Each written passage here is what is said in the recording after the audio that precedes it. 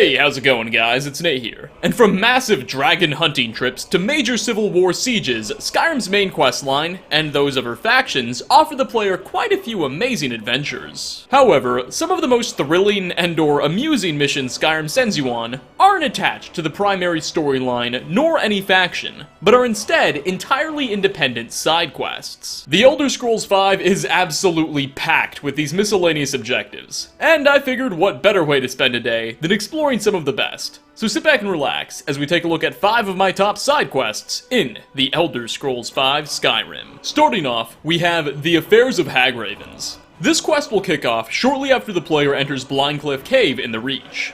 At first, the location won't seem to be anything special, just another typical Forsworn hideaway for the hero to clear out. However, as you make your way through the dungeon, hacking through these Reachmen rebels, you'll eventually find yourself stumble upon a cage with a very, well, unique captive inside. It's a Hagraven. Her name is Melka, and upon detecting you, she'll immediately explain her circumstances. Apparently Melka once owned this entire cave and the nearby towers. However, one day a rival Hagraven known as Petra, with a small band of her Forsworn allies, stormed Melka's cave and took it over for themselves, imprisoning her. Melka will then ask that the player free her from her confines, and that you then accompany her to face off against Petra, who's located deeper in the dungeon. Should you agree, the two of you will then begin to cut your way through the remainder of the cave. And you'll get to listen to Melka's hilarious Hagraven commentary as you do so. Eventually you'll get to her rival Petra, and the pair of you will defeat her in battle, completing the quest. Melka will then reward the Dovahkiin with her unique fire staff, called the Eye of Melka. At this point, the Hagraven will remain in her newly recaptured home, and be friendly to the player for the rest of the game, though she addresses you as meat. So that's a little uneasy. I found this side quest to be especially memorable. As well, at the core of it, all you really did was clear a dungeon. You gotta do it alongside a very unlikely ally, who kept you entertained with their dialogue the whole way through. And at the end of it, you earn a new staff, and a friend, for the rest of your playthrough. Next on our list is Rise in the East. This quest centers around a conflict between the East Empire Company, a massive trading organization in Tamriel, and some pirates who have been making their lives pretty difficult. A conflict that the Dragonborn will get to decide. Your adventure will include everything, from a Sherlock Holmes-esque investigation to an all-out battle as you storm an island aided by massive Imperial warships. The mission is distinctly notable, as it's actually rather difficult to find and start unless you actively know what you're doing and trying to. As a result, I didn't find out about or complete this one until just a few months ago, but it's still become among my favorite missions in the game. To begin Rise in the East, you'll have to speak with Orthus and Dario, an East Empire Company official, while he's at the company's offices in Windhelm. He'll inform the player that recently the organization's been suffering harshly as pirates have begun terrorizing their trading vessels. Their attacks are well coordinated, and he suspects the Shatter Shields, a powerful family in Windhelm who compete with the Empire Company over trade routes, are in league with the pirates. Andariel will request you break into the Shatter Shield's warehouse and find proof in their banking ledgers. After doing so and proceeding to follow up on some leads, you'll discover not only are the Shatter Shields and pirates in cahoots, but you'll also find the location of the pirates' secret hideout that they've been operating out of. It's an island fortress hidden away in the Sea of Ghosts called Japhet's Folly. Upon returning to the company's offices, you'll meet with Adelasia Vendici, an Empire Company security official who, after being informed of its location, will plan to assault the pirate stronghold with a small band of mercenaries and warships she was able to scrounge together. Being a bit low on manpower, Vendici will demand you accompany them. So you'll hop on a boat and sail out to Japhet's Folly.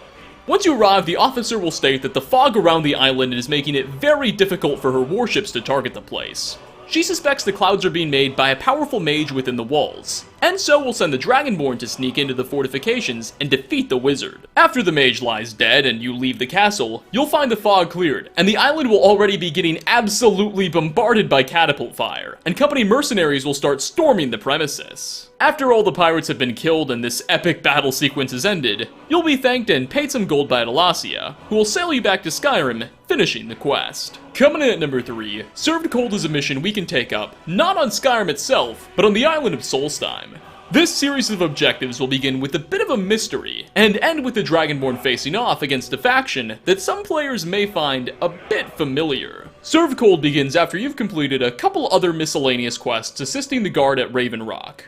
Captain Veleth will inform you that Adril Arano, Raven Rock's second counselor, the second in command of the city, would like to meet with you. Once you find Adril, he'll reveal that he suspects someone is planning to assassinate his boss, first counselor and governor of the settlement, Loril Morvain. You see, Adril believes that living within Raven Rock are secret sympathizers of the old Great House Lalu. Long ago, House Lalu held considerable power in Morrowind, but in past decades they've fallen out of favor and were deposed by the other houses. The family still exists, but they're much less powerful than they were in their heyday, and are pretty bitter about that too.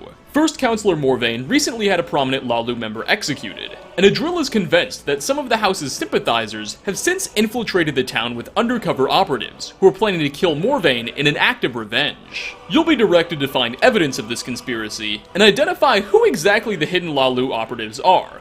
Now, conveniently enough, there's a tomb inside the city that houses the bodies of a few long-dead Lalu members. And not too long ago, someone started placing fresh flowers and offerings inside on a reoccurring basis. So you'll be asked to sneak inside of that tomb and wait until dusk so you can catch whoever this person is in the act. The logic being that if this person is leaving offerings to long-dead former Lalu family members, they probably have some sort of ties to the family. Ultimately, it'll be a Dunmurray woman named Tilisu Severin that you'll discover is leaving the offerings behind. You can try to call her out, but she'll vehemently deny your accusations, saying she's just trying to remember some dead people. What's wrong with that? After reporting your findings back to Adril, he'll tell you to just break into the woman's home to find proof of her alleged plot. As you burglarize Tilisu's house, you'll find some documents in the form of a letter that indeed prove she is loyal to House Lalu, and is planning to murder Raven Rock's first counselor to death. But she's not acting alone. Apparently, she's gathered forces at Ashfollow Citadel, a ruined fortress just outside the town. As you tell all this to Adril, he'll say that you need to act fast, and will ask you to go clear out Ashfollow alongside a few guards he'll dispatch to meet you there. Now, as you arrive, you'll find both the guards he sent dead, so that didn't really go very well. But the enemies you face off against at this citadel aren't just normal bandits or mercenaries like you'd expect. Instead, they're identified as Morag Tong agents. The Morag Tong, of course, were a major faction the player could meet and interact with in the Elder Scrolls III Morrowind. They were a band of assassins, not unlike the Dark Brotherhood. In fact, the Dark Brotherhood actually formed as a splinter faction of the Morag Tong, but we can get into that later. No matter, apparently even centuries after the eruption of the Red Mountain, the faction has survived. Alas, you'll have to kill all of them in order to complete the quest. Once they're all dead and their castle cleared out, you can meet back with Adril and the first counselor, who will reward you for saving his life with some gold and a new home. So your reintroduction to the Morag Tong may not have been on the friendliest of terms, but at least you did get some cool stuff out of it. So, that's a win. Our fourth spot goes to Repentance. This quest will begin upon your first visit to Darklight Tower in the Rift. As soon as you open the doors and enter, you'll find an Imperial mage standing over the corpse of a witch. It's clear she committed a murder. However, the woman will attempt to explain herself. Her name is Alaya, and evidently she's lived in this tower as a member of its coven of witches all her life, since she was born, as did her mother, and her mother's mother, and you get the idea. But she's finally realized just how evil her family is. Apparently Alaya was recently asked to find a human sacrifice to bring to her mother, an elderly witch named Sylvia, so that they may perform some sort of ritual together. And that was the final straw. Alaya now wants to escape. And as she was making a run for it, that now dead witch attacked her, so she had to fight back in self-defense. But, now with you here, perhaps she can do more than just flee. She'll request the Dovahkiin join her in slaying every single member of this coven and stopping her mother's ritual, so that they may never hurt another soul again. And so begins your brief dungeon crawl, as you and Alaya hack, slash, cast, and shout your way through Darklight Tower. And as you reach the top, where Alaya's mother is performing the ritual, she'll get an idea. Alaya's convinced that her mother is so powerful that even the two of you combined probably couldn't take her head on. So Alaya will devise a rather creative plan. Since her mother seems to still be unaware that Alaya's turned code and is now attacking her fellow witches, she'll suggest that you pretend to be that human sacrifice she needed to bring. She'll act like she's captured you and is giving you to Sylvia for her to perform the ritual.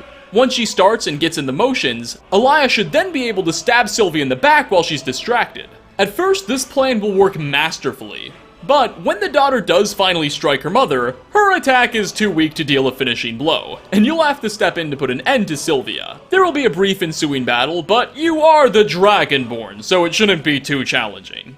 Once the matriarchal mage is dead, the quest will be complete, and Elia will become available as a follower, plus allow you to keep her mother's fire staff, Hag's Wrath. And just like that, the Rift as we know it has become a little bit safer. And finally, last on our list, we have Blood on the Ice, a quest no doubt many are probably familiar with, as it's available at any level and begins shortly after your 4th visit to Windhelm. I know that's a pretty specific and odd requirement, but I digress. At the town cemetery, a pretty common location to pass through. Apparently someone was just murdered there, like a few hours prior to your arrival, and the city is convinced the culprit is a serial killer that started claiming victims only a few months ago, and will no doubt strike again soon. Despite the obvious urgency, Windhelm's security forces are a bit busy fighting a civil war. So, if you choose to offer it, the steward and local guard will happily accept your help in solving this case. The ensuing quest will lead you down quite the rabbit hole as you attempt to piece together clues, frantically running about the city and questioning her citizens, hoping to find the killer before he strikes his next victim. This journey will take you through a secret hidden lair, multiple interviews, and many of Windhelm's locations. Ultimately, if you play your cards right, or I guess, wrong, you can even get the wrong guy arrested. But no matter, thankfully Windhelm's Butcher will soon be caught at the end of the quest as he attempts to kill someone in broad daylight, and his identity will come as a bit of a shock to most of the city. I won't say his name, but I'm sure the gameplay will spoil it anyway. I found Blood on the Ice so unique, as unlike most of Skyrim's other quests, combat wasn't a real factor in it. You weren't clearing dungeons or battling bandits. Instead, you were gathering clues and making decisions, sometimes the wrong ones. Unfortunately, the quest has developed a bit of a reputation for being among the buggiest in Skyrim. So, even the Elder Scrolls V's greatest whodunit mystery mission isn't entirely perfect. But on that note of flaw recognition, we are going to wrap up. 5 of the best side quests in the Elder Scrolls V Skyrim. Which of the ones featured on this list was your own personal favorite, and why? Was it the Morag Tong murder mystery, or perhaps the Hagraven reclaiming her home? For me, that honor definitely goes to Rise in the East. I think the battle sequence there was just outstanding for a side mission. No matter, leave a comment down below. Even if your favorite one wasn't mentioned, tell me what it is. There might be a part 2. As always, thanks for stopping by, everyone. Like ratings are very much appreciated, and hope to catch you all in my next video. Peace out, everybody.